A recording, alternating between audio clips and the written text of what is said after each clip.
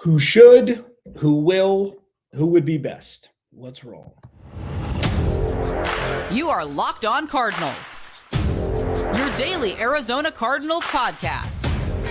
Part of the Locked On Podcast Network, your team every day.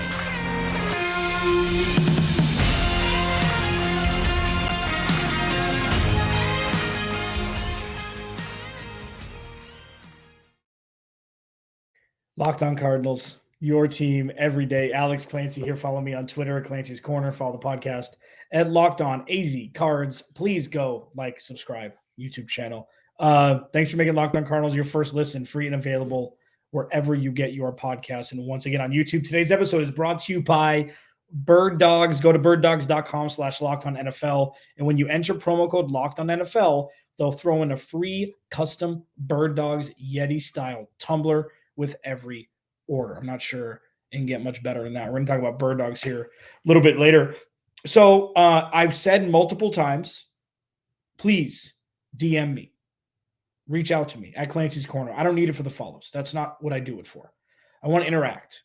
Okay. Send me some DMs. And I got a handful over the weekend and, and one yesterday or two yesterday about topic ideas. Like I've got a list of content. Like it will be forever endless with the amount of things I can talk about regarding the Arizona Cardinals. I don't say that as a flex. There's just always things to talk about. It's the NFL, it's a beautiful thing.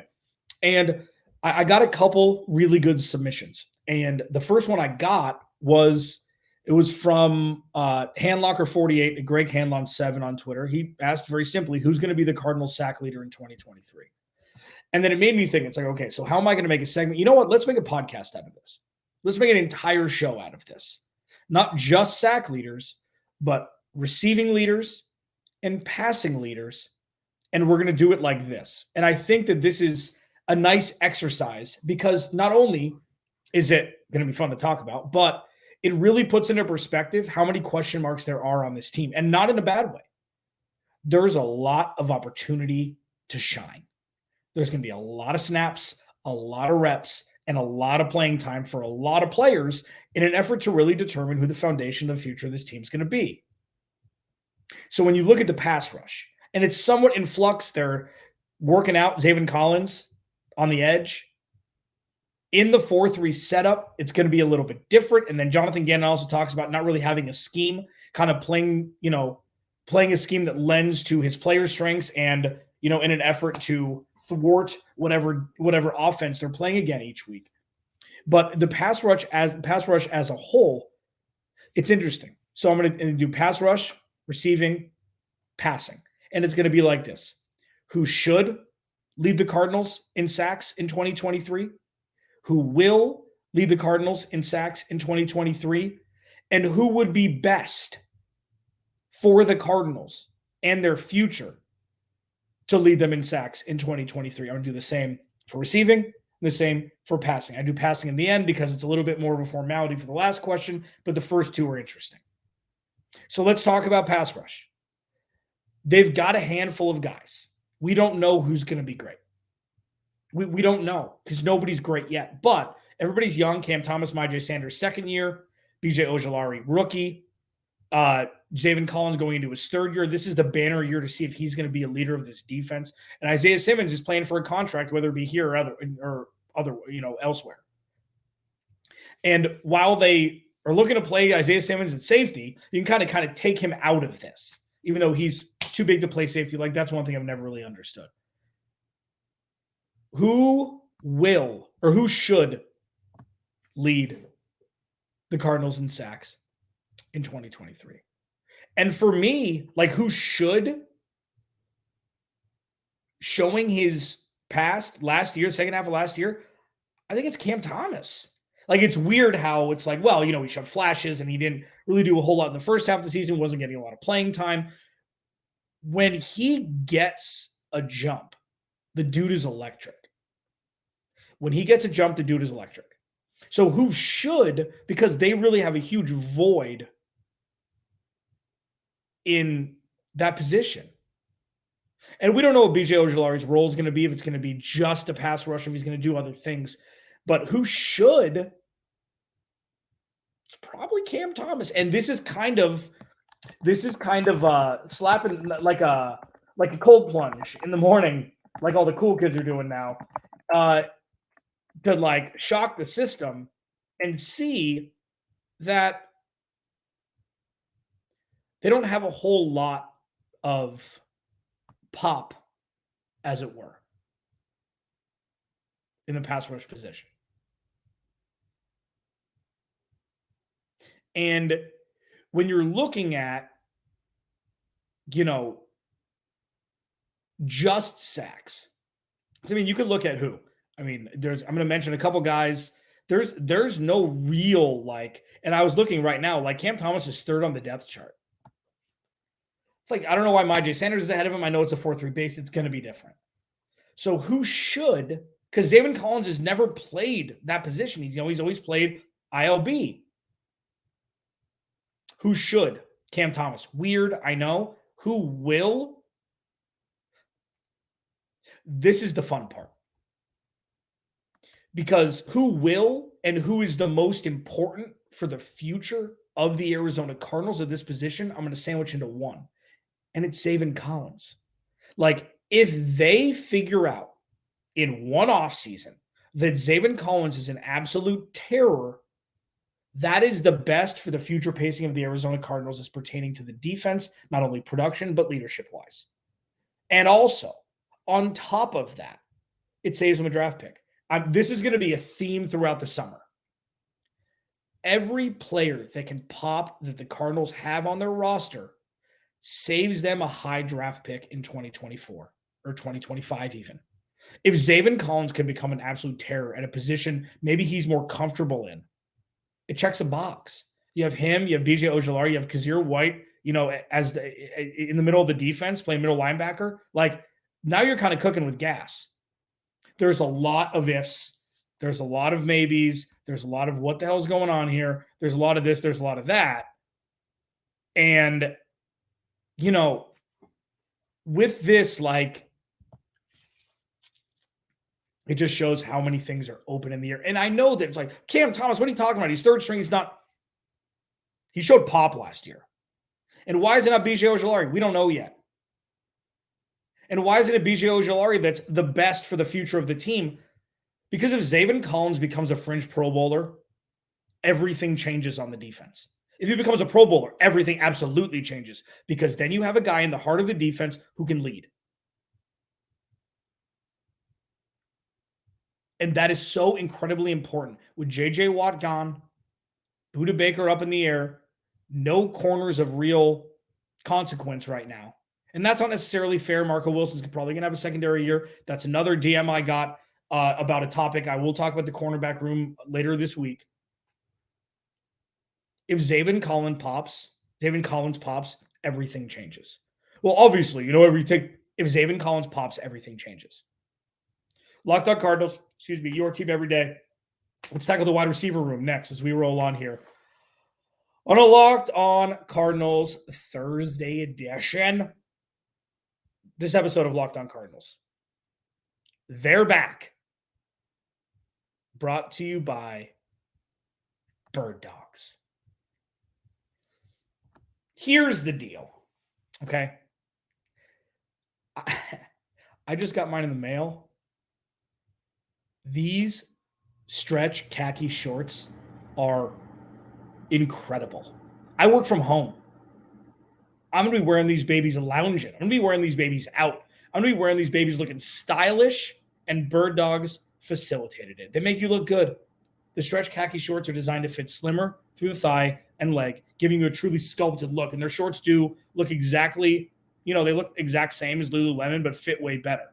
They fit way better than regular shorts that are made of a stiff, restricting cotton. And Birddogs fixed the issue by inventing cloud knit fabric that looks just like khaki, but stretches so you get a way slimmer fit without having to sacrifice movement. Like, I've got a sector in my closet for Birddogs. I've got the joggers, and I've now got 4 pairs of shorts, and I absolutely love them. Birddogs uses anti-stink sweat wicking fabric that keeps you cool and dry all day long, especially if you live in Phoenix. I mean, what could be better? Show yourself wearing Birddogs on camera, like I will. And you know what? Here's the thing. I'm not going to do it today. I'm going to tease it. And it's going to be hysterical when you see how good I look. Because for people, who aren't huge fans of, like, they're not even designer shorts. These are the most comfortable things on the planet. You're going to see them on me. You're going to be like, man, if they look good on him, they're going to look good on me. Go to birddogs.com/LockedOnNFL and enter promo code LockedOnNFL for a free Yeti-style tumbler with your order. That's birddogs.com/LockedOnNFL for a free Yeti-style tumbler. You won't want to take your bird dogs off. We promise you. Locked On Cardinals, your team every day. I will rock the bird dogs for you tomorrow. Okay? I'll do it. I'll pop them out. They're so comfortable. It's wild. Thanks for making Locked On NFL your first listen. Please go like and subscribe on the YouTube channel. Trying to get to 3K subscribers by kickoff week 1. Well on our way in doing it. Who should lead? Who will lead? Who is best for the Arizona Cardinals to lead in 3 categories? We did sack total last segment. This segment, it's receiving yards. Okay. And this is a little bit. These answers may surprise you. Okay, so I think the easy one is who should lead the team in receiving yards. It's Hollywood Brown. I mean, I think that's. And it's because it's Hollywood Brown, and it should be Hollywood Brown, and he's up at the end of this season. I don't see this front office franchise tagging him.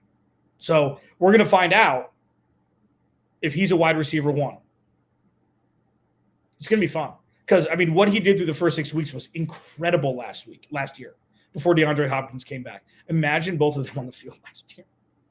Gosh, that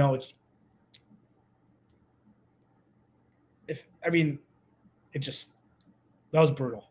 That was a gut punch. Obviously, more for Hollywood Brown, who actually got injured and not us watching him. But he was a wide receiver 1 through the first 6 weeks. He and Kyler Murray clicked almost immediately. The Kansas City game was tough, but Hollywood Brown I think he scored a touchdown in week 1. Like, it was just game on. It was game on. And who should lead the team in receiving yards is Hollywood Brown. Who will? This is the fun one.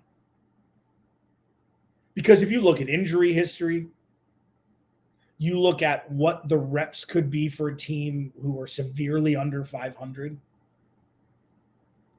and you look at towards the end of the season where it's like, okay, who's going to be on the roster for 2024? Who's going to get a contract extension? Who's going to be wide receiver 2? Who's going to be this? Who's going to be that?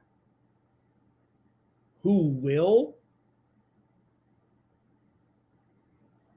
Like Greg Dortch? Okay, so let's break this down here. Like, I'm not trying to go off the rails. I'm not trying to, disclaimer, I mean everything I say whenever I say it. Okay, I don't do things for clickbait. I don't do things just because I think outside of what conventional wisdom that everybody thinks, blah, blah, means I'm crazy. I think that's dumb. So let's look at this. Rondale Moore can't stay healthy for a full year. If Rondale Moore plays all year next year, give me a break. I think he has what Rondale Moore does is so special. Hollywood Brown is great on the outside. He's great in short range. He's fast and everything like that. Like, if you gave me 17 weeks of Rondale Moore and you gave me 17 weeks of Hollywood Brown, I would find it very difficult to pass on saying Rondale Moore would be more effective. I just do. And that's not necessarily fair to Hollywood Brown because he was in Baltimore. And even though I think he had 1,000-yard receiving season or close to it, had a bunch of touchdowns. It was a run first offense and, whatever. But if you give me 17 weeks of both, I'd be hard-pressed to say that Rondale Moore wouldn't be the guy. With Greg Dortch, it's just like all the dude does is perform. That's all he does. And if this team were to be competitive in 2023, I would say Hollywood Brown. Who will? I would say Hollywood Brown because he's gonna be playing 80% or 90% of the offensive snaps and whatever. Things change when a team is 2-8 or 2-9 and Kyler Murray's not coming back. Whatever it is. So many outside variables that does have to do with this roster, but not necessarily just due to the wide receiver room. And who will, that's the fun one. You can make an argument for all of them. Hollywood Brown, Rondale Moore, if he's healthy, probably not because he hasn't. Let's see him be healthy first. And then Greg Dortch. I think Greg Dortch makes the strongest case. And this could be like 700 yards. We don't know what this offense is going to be like next year. We don't know if Trey McBride's going to get a lot of runs. Zach Ertz when he's healthy. We have no idea what this offense is going to be like. We don't have Michael Wilson. We don't know. I will still say Hollywood Brown, even though Greg Dortch is so close. I was going into this podcast, I wrote down Greg Dortch, and I'm just kind of talking myself out of it now because I think it's dumb at this point. But the obvious one, who will make the most impact for the future, for the team, who would be best, is Michael Wilson. I mean, I don't think that's a question. If you can look at, because here's the thing. If Michael Wilson is, lightning in a bottle, if they caught lightning in a bottle with their second, third round pick last year out of Stanford, 6'3", outside, watch a tape. He's a stud. We'll see. I mean, it's going to be difficult with the quarterback play. Who's it going to be? We'll talk about that in the next segment. For the future of the Arizona Cardinals, who would be best to lead the team in receiving next year would be Michael Wilson. It's not close. So you do that. Michael Wilson has 800 receiving yards, 10 touchdowns. Who knows? It could be Looney Tunes next year. We have no idea what it's going to look like. The Cardinals could average 13 points a game. They could average 30. We have no idea what it's going to look like next year. And when I say 30, I'm talking very Blake Bortles-y from years ago when he was a fantasy football darling because Jacksonville was down 30-3 at halftime every game. They're probably not going to average 30 points. But we have no idea what the offense is going to look like. So if Michael Wilson leads the team in receiving, you put him and Marvin Harrison Jr. on the same receiving core, you can let Hollywood Brown walk. If you see the leap that Michael Wilson could potentially have, he's going to get the run. It'll be fascinating. Locked on Cardinals, your team every day. Quarterbacks next. This is going to be kind of obvious, as it were, just like how comfortable Birddogs are, but we'll talk about it anyways next. Final segment here, Locked on Cardinals. Alex Clancy here. Follow me on Twitter, Clancy's Corner. Please DM me topics. Let it rip. I've got plenty of content, but if you want to hear something, at Clancy's Corner. You don't have to follow me. You can if you want, but my DMs are open. Let it rip. Let's make this your podcast more and more every day. Who should, who will, who would be best? Who should lead the team in passing yards in 2023? I mean, you'd probably say Kyler Murray. I feel like if he's going to be back for over 10 games, 8 games like that, and this is why this is more of an obvious one, but I think it just needed to be discussed. I'm not going to do rushing yards. I'm not going to do interceptions. It's just so arbitrary. With passing yards, because they've got 48 quarterbacks on their roster, who should? Kyler Murray. Who will? Clayton Tune. Let the kid rip. Again, Looney Tunes. The 2023 NFL season can be brought to you by Looney Tunes for the Arizona Cardinals. Who will? Let the kid rip. There's zero redeeming quality in having Colt McCoy and David Blau throw a football. Jeff Driscoll, however many damn quarterbacks they have, it don't matter. Let the kid rip. If he can play football, let him rip. I just don't. I don't know why that wouldn't be the case. I don't know why. Now, you're not going to put him out there if he's not NFL ready. You don't want to make an embarrassment of the organization. Obviously not. If he's not ready to play yet, he played 4 years at Houston. 4 years in college is like you jumped your rookie year in the NFL. Not necessarily, but the experience you have, and you're not Mr. Trubisky playing 13 games in college or Anthony Richardson playing starting 11 or 12 games in college. It's not that. He's played so many football games that he hit the level, the floor is higher than for, somebody who's played less, maybe one season of starting quarterback in the NFL. Well, Kyler Murray only started one. And I guess that's an exception to the rule. Who will? I think it'll be Clayton Tune. I know this is June 7th, so we're a little far away from actually happening, but for exercise purposes, who should? Kyler Murray. Who will? Clayton Tune. And then this one, I almost didn't do this segment because of this one. Who would be best for the future of the organization to lead the team in passing yards this year? There's that anybody but Kyler crowd. So you can draft Caleb Williams, move off his contract. Okay. There's Kyler Murray, where you can maximize potentially 2 top 5 picks, get 5 or 6 first-round picks and a handful of seconds and players maybe, and just set up the stage for the future. Who will be the best for the future of the Arizona Cardinals? It's Kyler Murray. If Kyler Murray shows glimpses this year, it doesn't again, it's not win-loss this season. And that's not a defeatist or negative outlook on this season. It's not. It's a rational one that really, it sets the stage for the culture build. It sets the stage for the foundation. It sets the stage for the future for an organization to be built the right way. And if Kyler Murray comes out and he plays well, he shows improvement from last year. The Drew Petzing experiment is working. It's not an experiment. He's going to be the OC hopefully for the next decade or whatever, until he gets a head coaching job. That's the goal. He's a great OC for 4 or 5 years, and then he goes and gets a head coaching job somewhere else. It's Kyler Murray. Because if you don't have to start the quarterback cycle over, don't. We have no idea if Caleb Williams is going to be a star. He's a running quarterback also. He's 6 feet. He's Tua. He's a little bigger, but he's a running quarterback also. Drake May is more of a traditional passing quarterback. Caleb Williams is electric, and he can throw the ball. He can throw the rock. He's not a running quarterback who happens to throw the ball.